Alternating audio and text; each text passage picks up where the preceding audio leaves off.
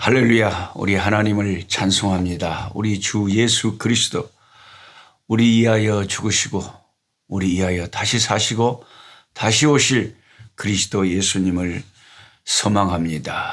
하나님 말씀 공부하는 꿀송이 보약 큐티 시간이 돌아왔습니다. 오늘 2021년 7월 10일 주님의 날을 준비하는 토요일입니다. 오늘은 이제 드디어 잠언서를 마치고 전도서 1장에서 3장 말씀, 전도서의 말씀을 오늘 3장까지 읽겠습니다. 전도서는 그렇게 시작을 하죠. 헛되고 헛되며 헛되고 헛되니 모든 것이 다 헛되다.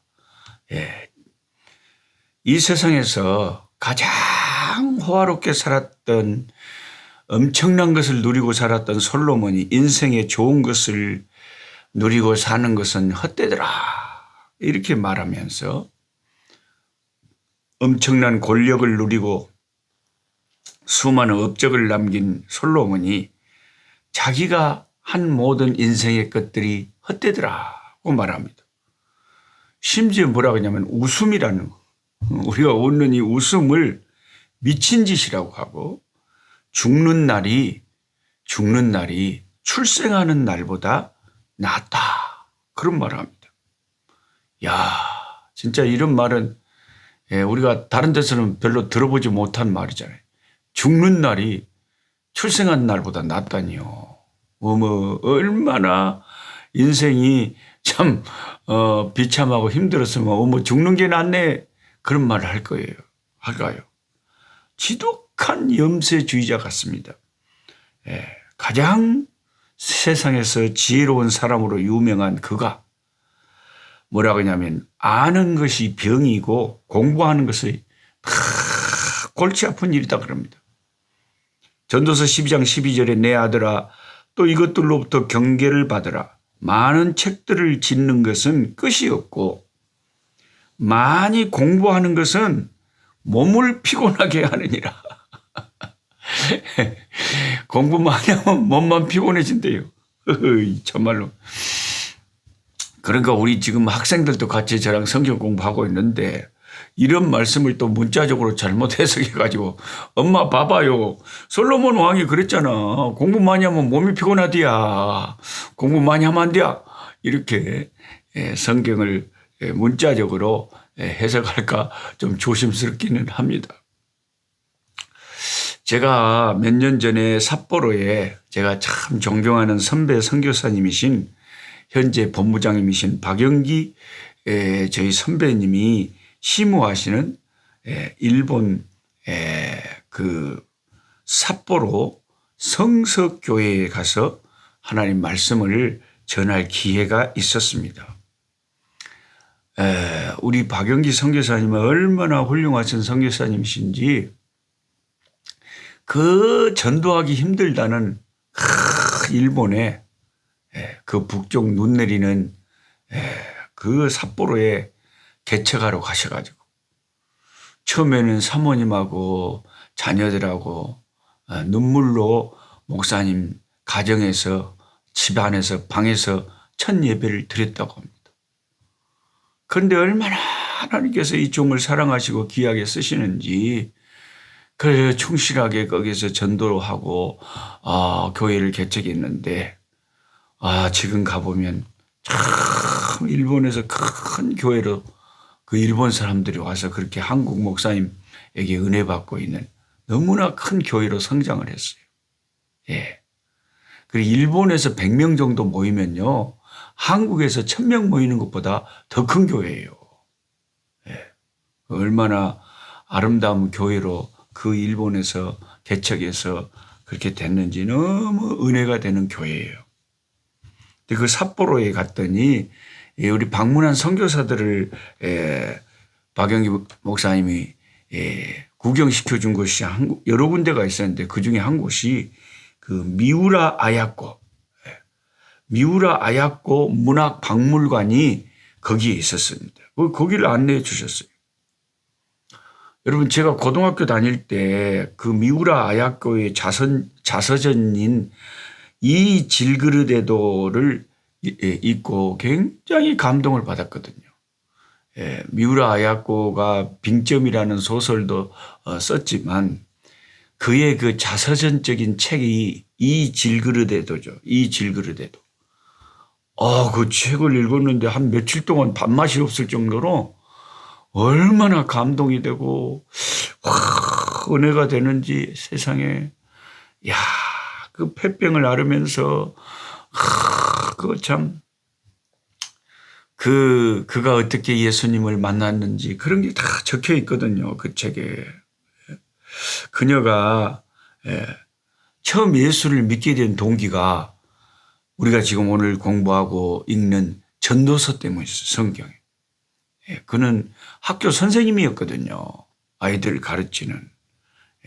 한마디로 지성인이었죠. 그런데 자기는 이제 교회나 기독교에 대해서 전혀 모르고 관심이 없었는데 우연히 폐병을 앓으면서 성경을 이렇게 펼치다가 전도서를 읽게 된 것입니다. 그런데 전도서를 읽는데 너무 헛되고 모든 것이 헛되다고 하는 이 말이 이 미우라 아야코의 가슴에 싹 다가오는 거예요.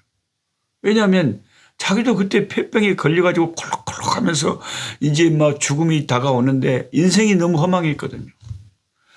근데 나보다 더 인생을 참 헛되게 보는 지독한 사람이 있네 보니까 솔로몬이 그런다는 거예요. 야, 이 성경이 참 신기한 책이다. 그래가지고 성경을 계속 읽게 돼가지고 성경 안에서 예수 그리스도를 만나게 되고 예수님을 영접하고 아주 열렬한 그리스도인이 된 거예요. 삼포 능자 이 미우라 아야코가 책을 많이 썼는데 예수 믿으라고 하는 전도에 관한 책을 많이 써가지고 일본 사람들이 책을 많이 읽는데 이 미우라 아야코가 얼마나 많이 전도를 했겠습니까? 예수 믿으라고. 그런데 이 전도서를 우리가 끝까지 12장까지 읽어보면 전도서가 무조건 헛되다는 것만 말하는 책은 아니죠. 하나님 없이 사는 인생이 헛되다는 거지 하나님 안에서 사는 인생은 결코 헛된 것이 아니죠. 그래서 전도서 12장의 결론이라고 할 수 있는 12장 12절부터 읽어보면 일의 결국을 다 들었으니 솔로몬이 자기가 살아왔는 인생에 대해서 다 이야기한 다음에 그 결론을 말해줍니다. 자, 이제 결론은 뭐냐? 하나님을 경외하고 하나님의 명령들을 지켜라. 이것이 모든 사람의 본분이니라. 하나님은 모든 행위와 모든 은밀한 일을 선악간에 심판하시리라. 하나님이 이렇게 심판하신다고 하는데 은밀한 일을 우리 인간이 한 행위를 내 손으로 내 발로 하고 다 내 인생의 삶을 하나님이 심판한다 그러잖아요. 선악간에. 선한 일은 선하게 심판해서 상급 주시고 악한 것은 악한 대로 심판하신다 그러잖아요. 그런데 왜 하나님의 상급을 믿지 않은 그런 교수들도 있고 신학자들도 있습니까? 여러분 그거 조심하세요. 어떤 목사들도 그렇게 가르칩니다. 상급이 없다 그래요. 성경에 명백히 가르치고 있는 말씀을 자기 지식으로 자기 신학으로 자기 사상으로 말씀을 가리는 것은 어리석은 것입니다. 우리는 하나님 말씀 앞에서 순수하게 어린 아이처럼 아멘으로 받아들여야지 왜 하나님이 가르치는 것을 자기 생각을 갖고 부정하냔 말이에요. 분명히 하나님은 모든 행위와 모든 은밀한 것을 다 선악간에 심판하시는 것이라는 말씀을 우리는 철저히 믿으시고 하나님 앞에 영원한 상급을 받기를 원하신다면 구원은 예수님의 공로 피공로로 받지만 상급은 내 행위로 받는다는 거죠. 그 하나님 앞에 냉수 한 그릇 하나님 앞에 헌신하는 것이 결코 헛된 것이 아니라는 것입니다.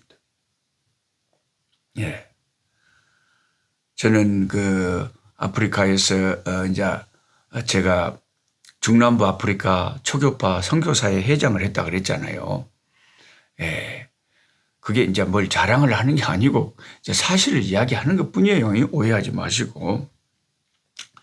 그때 할 때 이제 오륜교회 김은호 목사님 강사님으로 모시고 또 김은호 목사님이 은혜스럽다고 김은호 목사님이 그 11월 달에 그 인터넷으로 다 한국에 또 여러 교회하고 다니엘 기도회 같은 것도 하시고 그러시잖아요. 한국 교회에 큰 영향을 많이 미치시는 귀한 목사님이시잖아요. 근데 이제 송솔나무 집사님을 같이 왔어요. 은혜스러우니까 선교사들에게 간증 좀 하라고. 그래서 저도 이제 송솔나무 집사님이 누군지 몰랐는데 직접 간증을 듣고 이야기를 하고 대화를 하면서 알게 됐죠. 그 한국의 그 드라마 중에 허준이 있고 이산, 동희 이런 사극을 중심으로 한 드라마가 있었는데 그 드라마의 메인 연주 그러니까 플룻으로 그 사극 같은 데 보면 플룻 연주가 뒤에 배경으로 음악이 많이 깔리잖아요. 그거 다 송솔나무 집사님이 다 그렇게 불렀다는 거예요. 우리는 모르죠. 송솔나무 집사님이 그러셨는지. 그분은 이제 유명한 분이죠. 근데 이제 그분이 간증을 뭐라고 하는지 제가 좀 길지만은 제가 책에도 일부러 적어놨어요. 내가 하도 은혜스러워서. 여러분 각 사람에게 행하신 하나님의 그 역사가 은혜스러운 게 너무 많잖아요. 그걸 조금 제가 지면이 좀 할애되더라도 이런 은혜스러운 것은 제가 일부러 적어놔요. 평생 우리가 간직하고 싶어서요.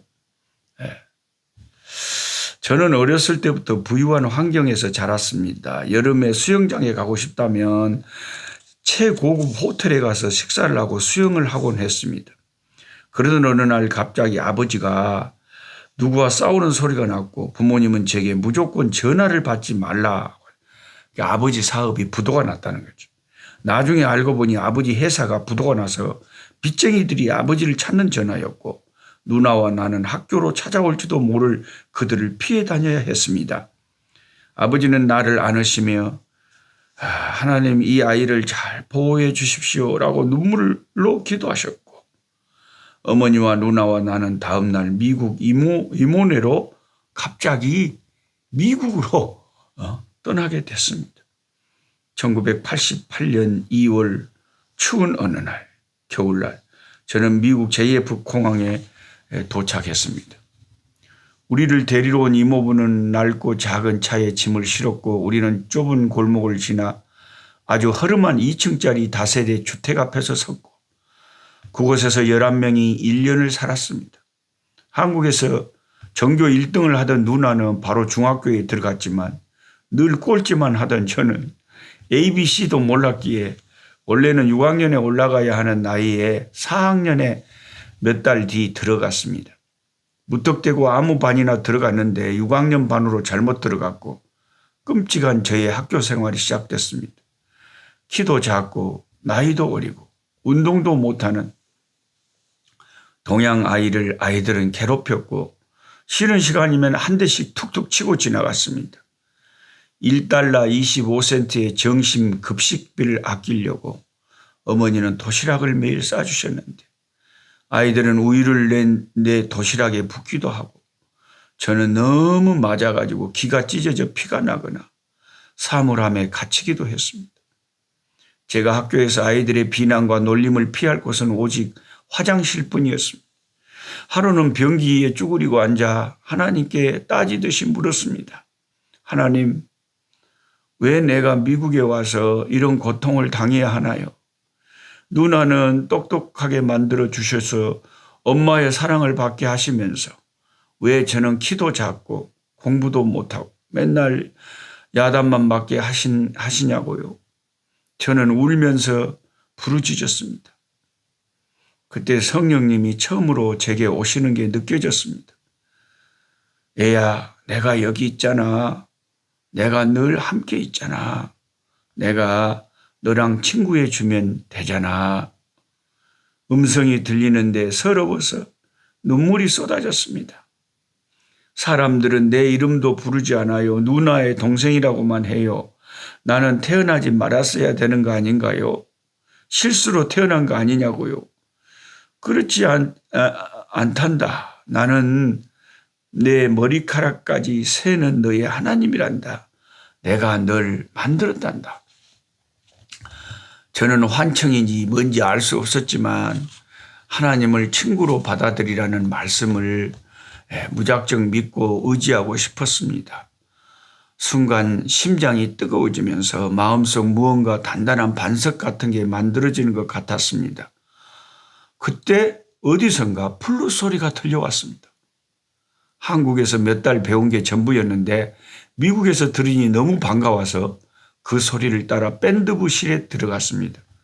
선생님은 나보고 플룻을 한번 불어보라고 하셨고 저는 한국에서 도레미파 솔라시도 나비야 정도만 겨우 불었는데 불현듯 한 번도 불어보지 않은 애국가의 멜로디가 생각이 나서 불었습니다.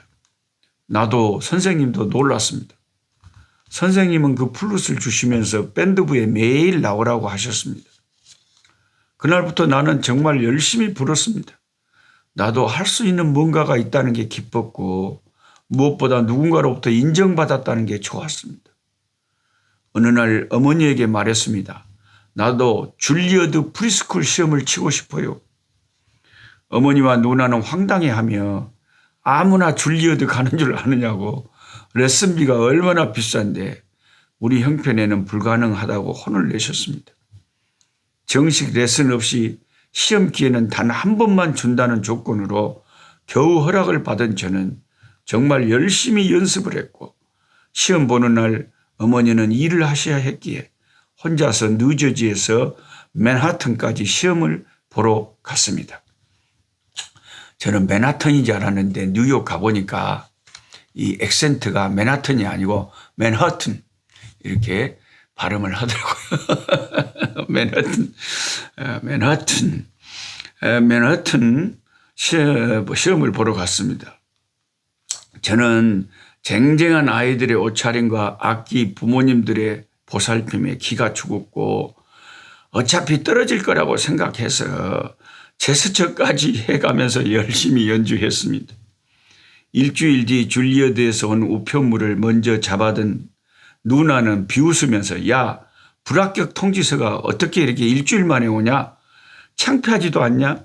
이제 엄마 속 그만 썩이고 또 시험 치겠다는 소리 절대 하지 마. 경험이 많은 누나는 줄리어드에 붙으면 한 달이나 두 달 후에 연락이 오고 떨어지면 2주일 뒤에 연락이 온다고 했기 때문에 저는 당연히 떨어진 줄 알았습니다. 그런데 갑자기 어머니의 통곡 소리가 들렸습니다. 저는 혹시 아버지한테 온 편지를 보고 우시는 줄 알고 가슴이 절렁했습니다. 그런데 어머니는 나를 보더니 갑자기 끌어안고 우셨습니다. 얘야, 네가 줄리어드에 붙었어. 그것도 장학금을 받고. 저는 그렇게 13살에 줄리어드 프리스쿨에 들어갔습니다. 하나님의 도우심이 아니면 도저히 불가능한 일이 저에게 일어난 것입니다. 저는 그 후부터 나를 나되게 하신 하나님의 은혜에 보답하기 위해 살았습니다. 유명해진 뒤로 한 번은 유럽 공연을 가서 2천만 원짜리 플룻을 잃어버리는 일을 당했습니다. 몹시 상심하고 있던 저에게 주의 음성이 들렸습니다. 네가 그때 잃어버린 플룻 때문에 마음이 아프구나. 넌 그때 그보다 더 중요한 것을 잃어버렸어. 바로 나에 대한 첫사랑이야. 저는 그 음성을 듣고 몹시 울고 회개하며 다시 나를 13살에 기적적으로 줄리어드에 입학시키신 하나님에 대한 첫사랑을 회복하려 애를 썼습니다. 어떻습니까, 여러분? 송솔나무 집사님의 간증을 언제 들어봐도 은혜가 되고 눈물이 나죠. 저도 울컥합니다. 참 하나님이 각 사람에게 베푸시는 은혜가 이렇게 놀랍고 감사하지 않을 수도 없습니다. 저와 여러분들도 이 일의 결국을 다 들었으니 결론은 뭡니까? 하나님을 경외하고 하나님 말씀들 순종하고 지키면서 사는 것이 가장 복된 인생이고 하나님이 우리 형편을 다 아시니까 우리 형편 다 아시는 주님께서 우리에게 은혜를 베푸실 줄 믿습니다. 하나님 아버지 감사합니다. 오늘 솔로몬의 전도서의 간증과 송솔나무 집사님의 간증을 들을 때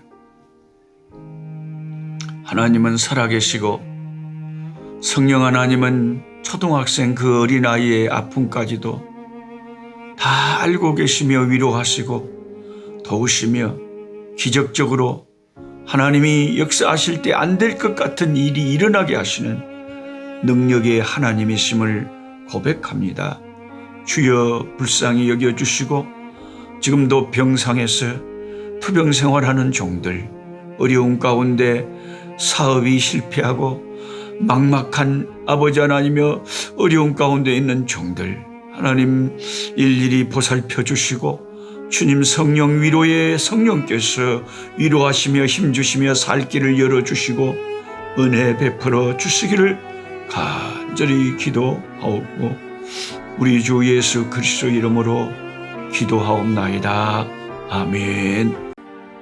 약한 자 힘주시고 강한 자 바르게 주한 자 정케함이 주님의 뜻이라. 해 아래 압박 있는 곳 주 거기 계셔서 그 팔로 막아 주시어